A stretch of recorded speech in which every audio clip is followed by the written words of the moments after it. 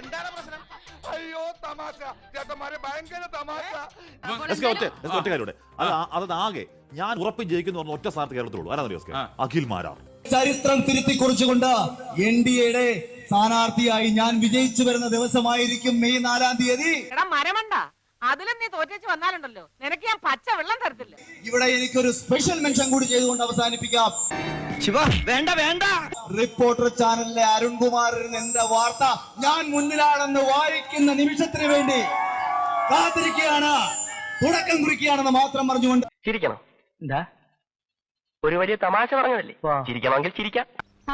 എന്നാ ഇപ്പൊ ശരിയായി തരാം. കരുതിയിരുന്ന തൃക്കാക്കരയിലെ റിസൾട്ട് ഞാനങ്ങ് പറയുകയാണ്. കിട്ടിയ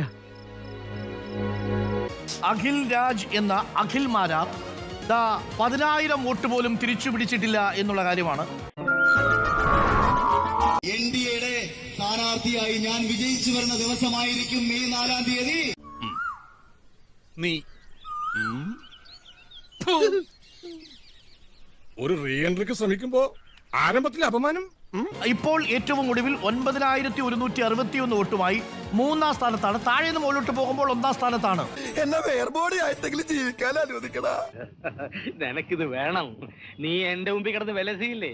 അതായത് ആം ആദ്മി പാർട്ടി കഴിഞ്ഞാൽ അടുത്തത് അഖിൽ രാജാണ്. താഴേന്ന് മുകളിലോട്ട് പോകുമ്പോൾ 24,303 വോട്ടുകൾക്ക് അഖിൽ മാരാർ എന്ന അഖിൽ രാജ് എന്ന അഖിൽ കൊട്ടാത്തല ഇപ്പോൾ പിന്നിലാണ്.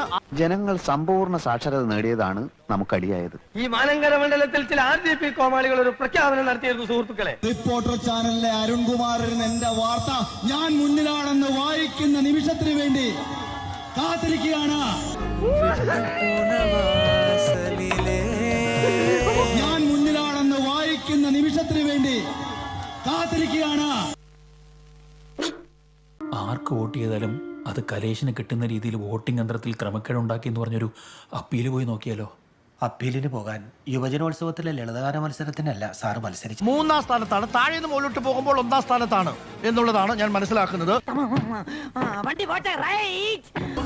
നിയോജക മണ്ഡലത്തിൽ ചക്ക മുറിച്ച് UDF പ്രവർത്തകരുടെ ആഘോഷം.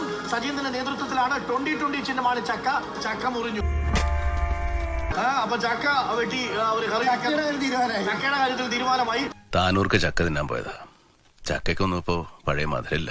ചക്ക മത്സരിച്ച എല്ലാ മണ്ഡലങ്ങളിലും ചക്ക കുരു പോലും കിട്ടിയിട്ടില്ല എന്നുള്ളതാണ്. 2020 അടപടലം. ചക്ക എല്ലാം ചീഞ്ഞുപോയി.